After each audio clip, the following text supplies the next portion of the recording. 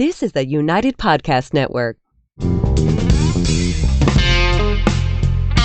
Welcome to Spouses Talking Houses with husband and wife real estate team Jennifer and Brian Frost.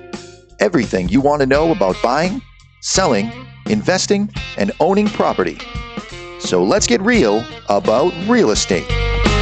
Welcome back to Spouses Talking Houses. This is Brian. This is Jennifer. And we are here to get real about real estate. Our topic today is going to be strategies for first-time homebuyers. You ready?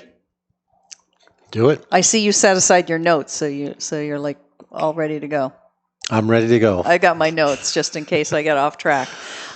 Before we get to the topic, though, I always like to talk a little bit about the realtor lifestyle.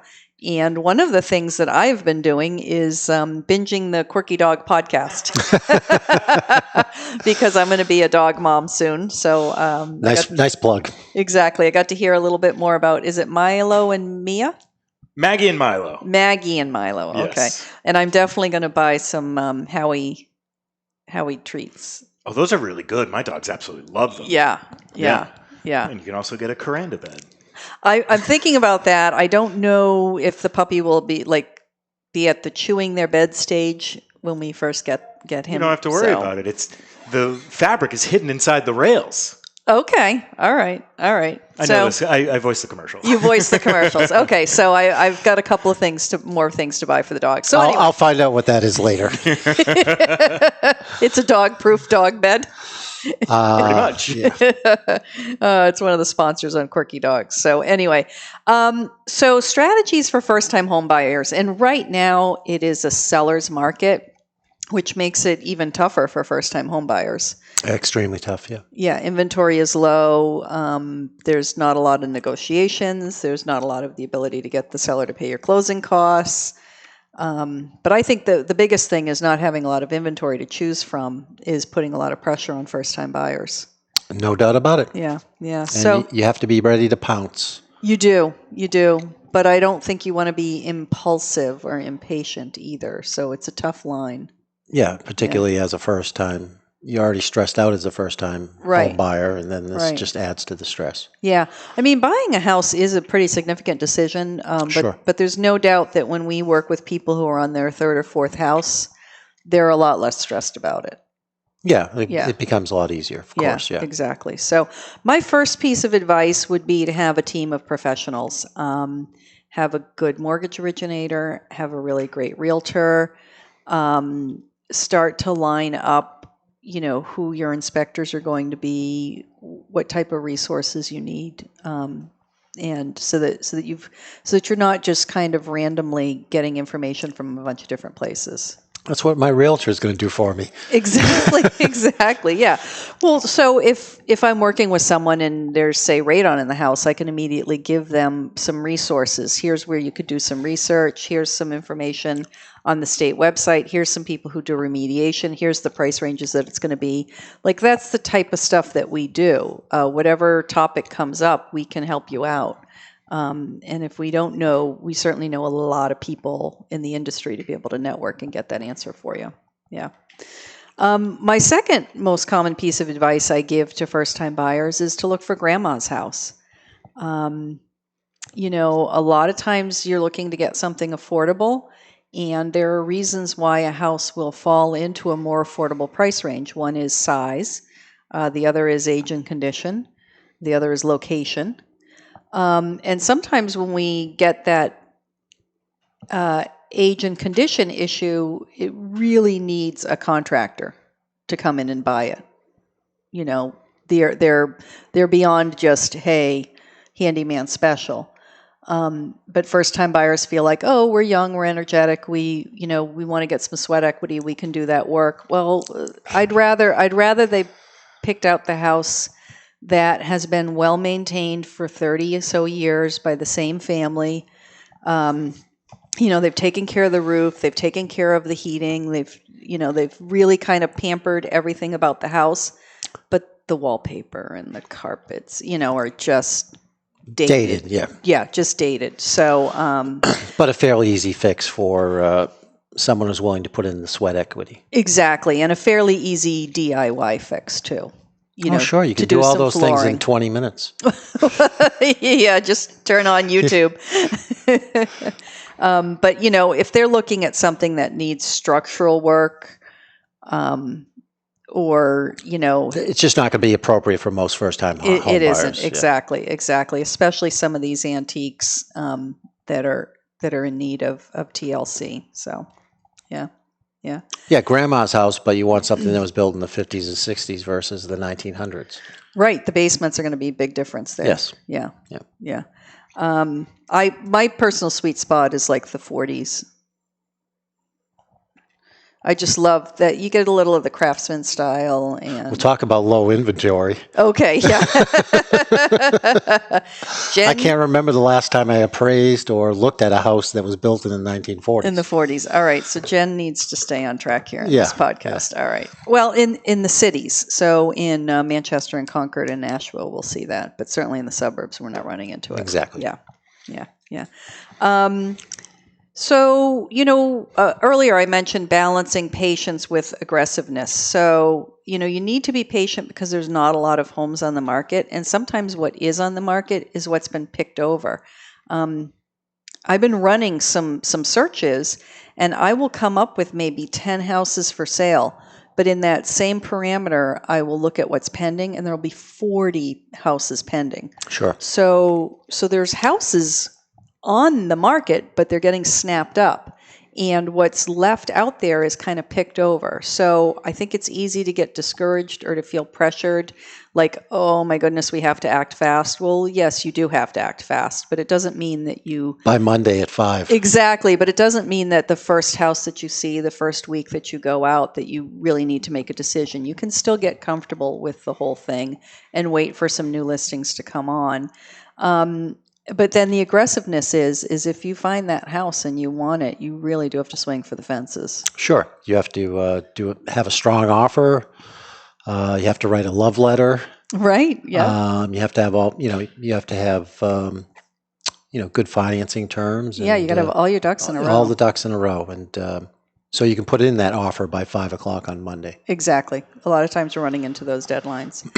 The other sort of pitfall, I think, sometimes for a first-time home buyer is, especially now when we can look at all the pictures of the house online, is there will be 12 homes in your price range, and then there's one that's just so charming or so much nicer on the inside or has more land or whatever. Well, I can guarantee you the reason why you're getting more for your money with that house versus the other 11 is because it's in a bad location. It's got a negative location issue. Right, which is not going to matter as much right now in this hot seller's market. Mm-hmm. But when you go to sell, if you're in a down market, you're going to have a difficult time selling that property, or you may even have to, you take a loss. Yeah, you'd have to discount it heavily in a But different I'm finding market. even with a lot of appraisals now, if I'm appraising a property on a busy road where, 3 or 4 years ago, I'd be making a significant location adjustment. Sometimes I can't even justify a location adjustment just because there's no inventory. People are ignoring the fact that it's located on Route 111 or Route 125 versus a traditional neighborhood. Exactly. Or it's got power lines, or, it's in a very congested area, and most of the rest of the town is not like that. Sure. So when there are, or even a steep driveway, so anything that would be a location issue, something sort of external that you can't change. In a balanced market, they take a little longer to sell, and there's a discount off the price. In a seller's market like right now, there's barely any impact to the price because somebody's like, I've been waiting for a colonial in this age range, in this condition, in this size for months now. I don't love the location, but I can live with it. They'll overlook it for now. They'll overlook it for now. If you go into a buyer's market where there's an excess of inventory, nobody even will set appointments to look at those houses, because there will be so many houses to look at that people are eliminating properties off their list before they even go see them. And so then you've got to heavily discount to be competing against completely different homes. Yep. So for resale, I would say, really do pay attention to location and do understand that in any group of homes, usually the one that is going to be the prettiest in comparison to its price is going to have a location issue. Yeah. And so try not to fall in love with the pictures online.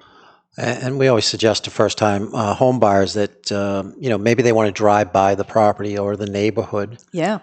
Because you're not going to see that steep driveway in the primary photos for the subject listing, because they're only going to list positive photos, and that's why you don't see a picture of the backyard, because there is no backyard. Yeah. Didn't you go out to show one recently, and it was sort of behind an auto body shop? Oh yeah. Yeah. Yeah. Which unless you look on Google Maps. Unless you drive by it or look on Google Maps, you're going to have no idea, because obviously that's not going to be put in the listing. Oh, backs up to auto body shop. Right. If it was my listing, I need to get people in the front door. I'm not going to highlight that. Yeah. And then you talk about the photos that are all done on wide angle lenses. So you're looking at these great photos online of these huge rooms, and you show up, and obviously they're not as huge. Not as huge as they looked in the photos. But Yeah. And, I think a lot of times we look at homes with first-time buyers, and they really just love charming aspects of homes, as all buyers do. Yeah. It's so charming, and I love charm as well, but I'm looking at how much maintenance does this house need? So, the charm is kind of a short-term positive, but if you're doing projects and it's a money pit, then that long-term is not good. It's funny how when we both go through a property, I'm always pointing out the negative aspects of a property, and you're always pointing out the positive aspects. No, I point out a lot of negative aspects when I'm showing properties. Yeah. Okay. Because I figure the buyers can see the stuff that they like. That's true. Well, there are other things I ooh and ah over. It's true. I do both. I like to think I do both, but I'm pretty picky when I show a property, and I'll be pointing out areas where, that's not really high quality work, or this is going to need some attention, or the way this floor plan is, I want you to know that this is good for a lot of people because of this, or this floor plan is not a good flow for most people because of that. Right. So, and I'm not trying to be negative. I just want to make sure it's just natural. Yes. Well, that's true. I am a curmudgeon, but no, I just want them to know what they're getting into. Me too. Yeah. And, So, because if you don't have the experienced eye, you might not notice that stuff. Exactly. And I just don't feel like anybody needs to pay me to say this is the dining room. This is the oven. Oh, there's a dishwasher. Yeah. So the other thing I would say is consider condominiums, and I say that with a caveat, because right now in this market, I think condos are a little overvalued. I think they're selling for similar price per square foot as single family homes, and that's somewhat unnatural. Right. And history tells us that when we do finally make this downturn, that condos are going to be more or quickly affected than single family homes. The impact is swifter, right, exactly. and I think harder on them. I agree. On the other hand, if the only thing that you can afford in your price range are a lot of homes that have what I call a fatal flaw, it's a mobile home on its own land. It needs a ton of work. It's in a congested area. There's no parking. So if we're looking at things that are really like everything we look at, I'm saying, guys, this is bad for resale. Guys, this is bad for resale. Well, then maybe go live in a condo for 5 years or 7 years, because it's going to be a nice interim step between renting and purchasing a home. Did you guys own a condo before you bought your house, Ben? Yes, we owned a condo in Waltham, right off of Moody Street. Oh, yeah. So, and when she owned it before we ever even got together, and then when she eventually went to sell it, I think she made like $65,000 off of it. Yeah. So she bought it at the right time and happened to sell it right before like a lot of this stuff started really happening, but as the market was still climbing up. And it's obviously very beneficial for us. And then plus, if she had been renting in Waltham for all that time, that would have been a ton of money out the window. Yeah, it's just gone. Yeah, exactly. Just throw it at your landlord and say, "Here, light this on fire. See you later." Yeah. Make him rich. And that's another point too for first-time buyers, is we're seeing more and more single buyers go. They're not necessarily waiting until they get married and have kids to purchase something. They're purchasing something, And if that's the situation where you're a single person, you might not want to be doing yard work. You might not want to be out there with the snowblower. You've got other things going on. So when you're talking about condos, you're kind of talking about more the standard condo, like a duplex or maybe a 5-unit building or something like that. What about a condo that's a detached single-family unit? Yeah, so that I would usually call more of a cluster development. So it might legally be a condo, but generally speaking, that individual with the detached condo might own some of the land that their unit is on, and then there's common land that's associated. And so then when it's freestanding, you're doing all your own maintenance. But you probably have a little bit of a reduced yard compared to a single-family home, and it's probably a little bit more of a modern property compared to what you could buy but what single family. You were talking about kind of the value the of values. The condos. Yeah. How does that differentiate? I would consider the detached condos would hold their value a little bit more. Yes. Yeah. Okay.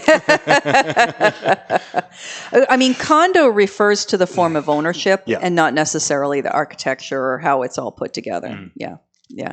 But in a market like this, people who might not normally buy a condo for the lifestyle are buying it for the affordability.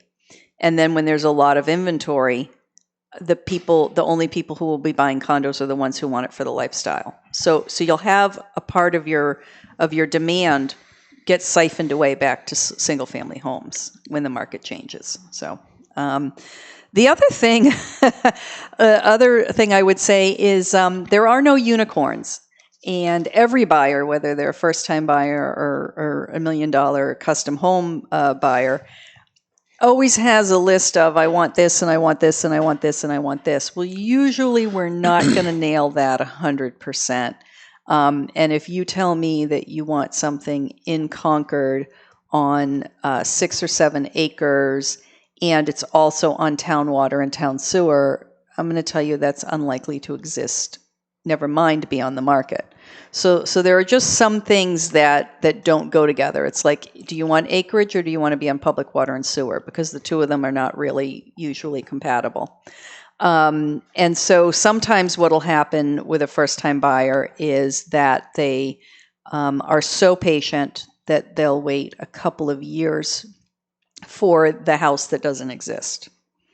And in a market like this, the prices just keep going up. In a different market, it might help them the other way. My experience is if the market's going down and you're waiting for a unicorn, the more the market goes down, the less confidence buyers have. And so that waiting doesn't help them either. What do you think? I think you're correct. Oh, you're agreeing with me. Yes. All right. Excellent. But if you're waiting a couple of years, then you weren't ready to buy in the first place. Right. So. Right. Yeah. I mean, it's reasonable for something to happen for you within like 3 to 6 months. In a balanced market. 1 to 4 months, exactly, in a balanced market. It shouldn't really ever take a couple of years unless you're looking, I guess, for something on a mountaintop or on a lake. You know, something so specific. And even then, again, it might be unicorn. You made an excellent point early on, Brian, about getting pre-approved. And what was that point? You know how important it is to have your financing all lined up. Sure. And we generally recommend that you go with somebody local versus Bank of America or these national banks, internet banks, because when you're dealing with somebody local, a good mortgage broker or local lender, you can actually talk to them. Right. You're not calling an 800 Problems number. Always arise, no matter how vanilla the loan is or, the house. And it's nice to be able to pick up the phone or text that person and get a response where we find, we take on buyers sometimes and they already have their lender all set up. And unfortunately, it's, some BOA or one of these other huge conglomerates. And sure enough, when we get around to closing time, there are problems everywhere. Right. And you can't get in touch with anyone. Yeah. Yeah. And there's nothing more frustrating for us and also the buyer. Yeah, the anxiety levels for everybody at that point is huge. And I just made a phone call to a loan originator about a half hour ago about a closing, that's tomorrow. Yeah. And it's a situation where, I've got his cell phone number. I know he's going to call me back because he's got a relationship with me and I with him. And, his reputation is all local. Whereas, when you're calling an 800 number for a big national bank or you're dealing with an online lender, that's absolutely great for refinancing. Do it. But for purchase, I think communication and timing is so important. There's a difference between pre-approval and pre-qualification. So, the first step is you can go online and you can just play with the numbers online, which is great. And sometimes people will come to us and they're like, we've already done that, so we don't need to talk to a lender. Or we don't need to talk to a lender because we don't want them to pull our credit. If you're going to shop for a house, you can't be afraid to have your credit pulled, number one. Number two, it's nice to do the calculators, but the calculators don't tell you whether the lender is going to be able to use all of your income or not, or how your credit score is going to affect it, or if you've co-signed for a loan, or if there's alimony or some other situation like that. So it's really important to talk to a loan originator and know what program that you're going to qualify for and what your closing costs are going to be, because one of the first things that Brian and I are going to ask you is, are you going for an FHA or a VA loan? Because that affects the properties that we look at. Of course, particularly FHA, but I think FHA and VA are pretty similar. They are. In that respect, yeah. They are. But, I mean, if you're going for an FHA loan, we run into it all the time. We get a client, first-time buyers, and they're going FHA, and they want to look at all these antiques with peeling paint everywhere and missing handrails and all this, and you say, this... Well, this home's not going to go FHA. Yeah, you don't necessarily want to be looking at homes in this, era that are going to have potential problems. Mm-hmm. So, and they always creep up, obviously, right before closing.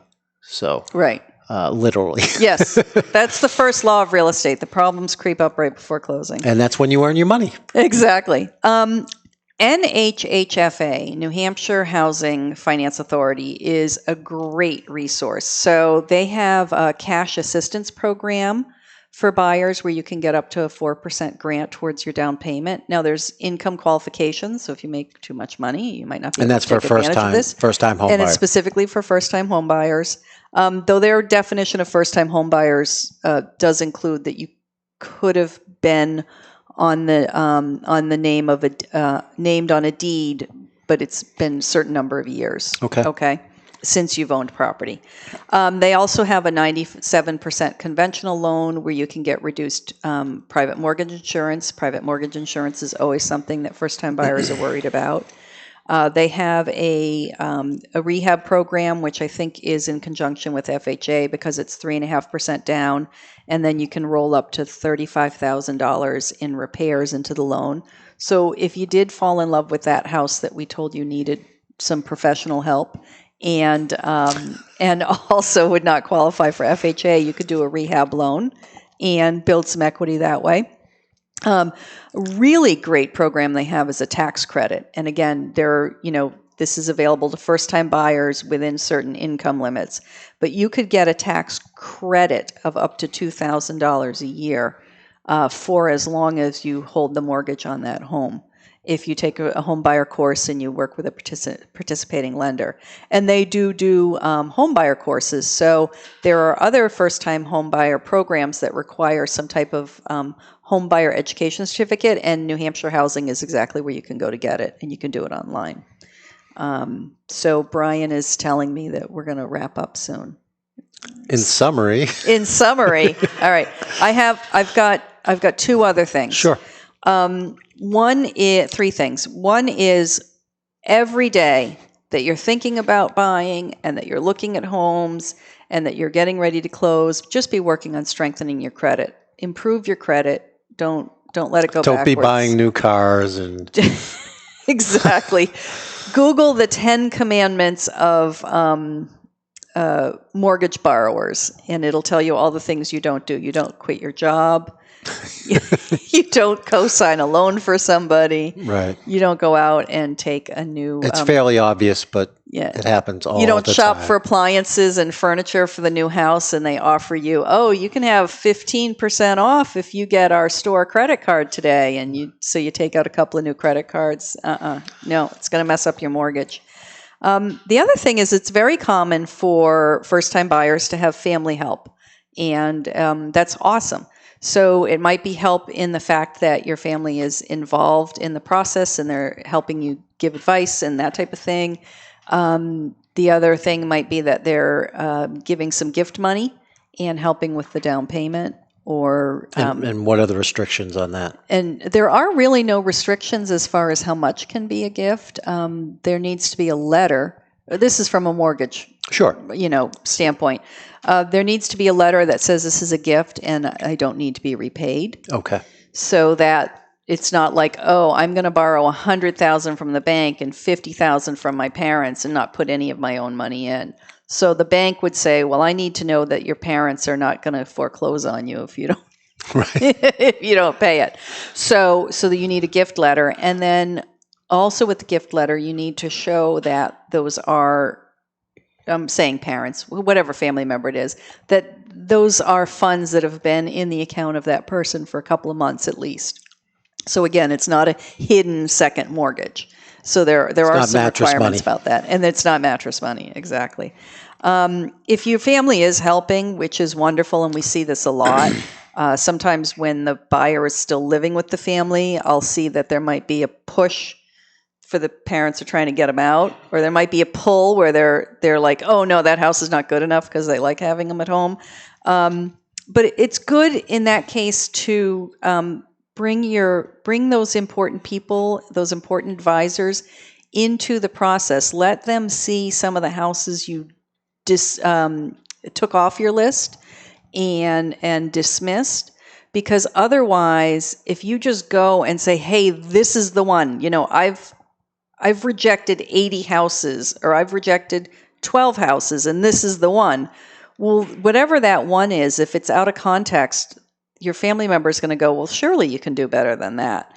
But if they're involved in the process and they kind of see what else you considered and how you got to that decision, it makes it a lot easier for everybody. They need to be educated as well. Exactly. We all need to be educated. So those are our strategies for first-time home buyers. Have a team of professionals. Be pretty focused about what you're looking for and don't bite off more than you can chew as far as the house goes. Keep an eye towards resale and get pre-approved. Strengthen your credit. Look into different assistance programs and call us. We'd be happy to help you. So thank you so much for listening. Please like, share, and subscribe. We enjoy getting real about real estate with you, and have a great day.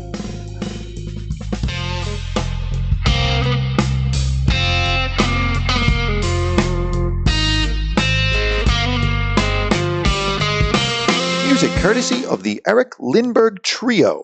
Please visit his website at www.ericlindberghworld.com. Jennifer and Brian are licensed to practice real estate in New Hampshire and Massachusetts. Brian is also a certified general appraiser in New Hampshire. They are not lawyers, accountants, home inspectors, or therapists. Real estate customs and rules may be different in your area. Each Keller Williams Realty office is independently owned and operated. The Realtor name is trademarked to members of the National Association of Realtors. If you are currently under contract with a real estate agent, this is not intended as a solicitation. Views expressed on this podcast by Jennifer may not be shared by Brian and vice versa, nor are they necessarily the views of Keller Williams Realty. The views and opinions expressed by the hosts, guests, or callers of this program do not necessarily reflect the opinions of the Studio 21 Podcast Café, the United Podcast Network, its partners, or affiliates.